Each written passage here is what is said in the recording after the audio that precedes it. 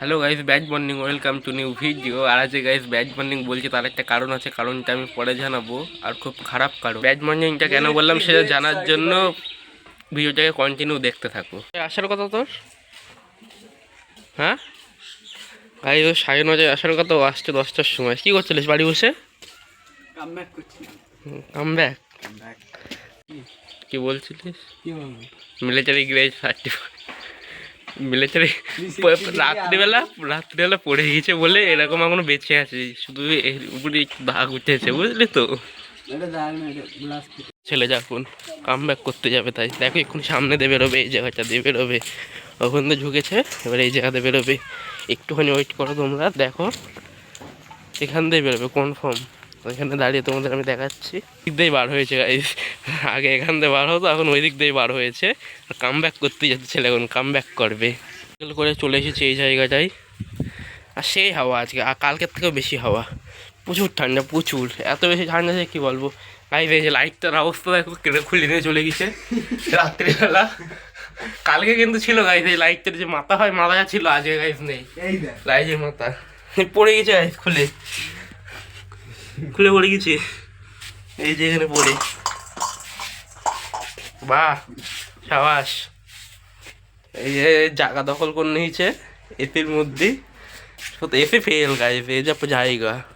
Guys bad morning বলেছিলাম, তার কারণ হচ্ছে কি, আমি তোমাদেরকে এমনভাবে বললে তোমরা বুঝতে পারবে না। আমি অন্য ফোন দিয়ে এই ফোনে দেখাচ্ছি, আমার ফোনের আজকে রাত্রেবেলা পুরো ডিসপ্লে ভেঙে গেছে। কোনোদিন হয় না, সাইডে থাকে, কিন্তু আজকে সকালবেলা দৌড়তে যে অ্যালার্ম লাগানো ছিল, অ্যালার্ম বাজছিল, অ্যালার্মটা আজকে দৌড়তে যাবো না বলে বন্ধ করার টাইমে তখন দেখি ফোনটা পড়ে আছে নিচে, অ্যালার্ম বাজে, তুলে তখন অত খেয়াল করিনি। সকালবেলা উঠে দেখি এই ক্যামেরার সাইডটা একদম এখান থেকে ভেঙে গেছে, স্ক্রিনটা, মানে উপরের গার্ডটা, স্ক্রিন গার্ডটা ভেঙে গেছে পুরো।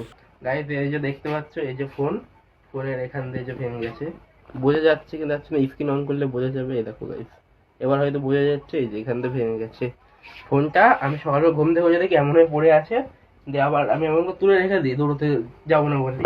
সকালবেলা ঘুম থেকে উঠে যখন ফোন এমন থাকলে তো বোঝা যাচ্ছে না, কিন্তু এমন করে যখন স্ক্রিনটা আমি আনলক করলাম, তখন দেখি এখান থেকে পুরো এটা ফেটে গেছে। এবার হবে গেমের মধ্যে কাম ব্যাক। অনেকদিন ধরে কোনো টাস্ক দিচ্ছে না, আজকে দেখি কোনো টাস্ক দেয় কি, টাস্ক দিলে ভালো হয়, না তো এমনি নর্মালি খেলতে হচ্ছে। এই ছেলেটা অনেক দুঃখ পাচ্ছে নর্মালি খেলে, টাস্ক না পূরণ করে। যে গাইজ আমার ভয়েসটা একটু অন্যরকম লাগছে, তার কারণ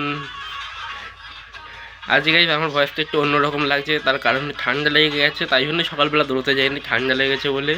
তো কিছুদিন এখন এমন সাউন্ড আসবে, তারপরে আবার ঠিক হয়ে যাবে আস্তে। গেম খেলার নাম করে এসে গার্লফ্রেন্ডের সাথে কথা বলছে, লজ্জা পাচ্ছে তো গাইজ, হাসছে দেখেছে, মুচকি হাসি।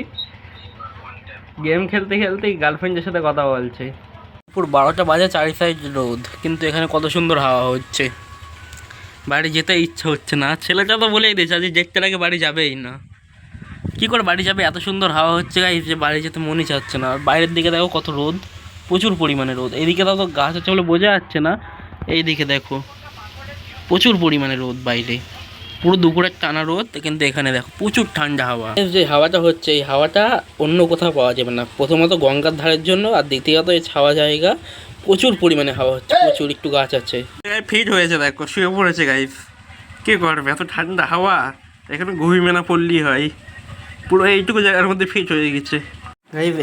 এই যে বোর্ড, আর এই যে চার্জার দেখতে পাচ্ছ এখন লাগানো আছে, এই যে চার্জার, এখানে ফোনটা লাগানো ছিল, পুরো এই জায়গাটাই লাগানো ছিল ফোনটা, এখান থেকে ডাইরেক্ট গিয়ে এখানে পড়েছে।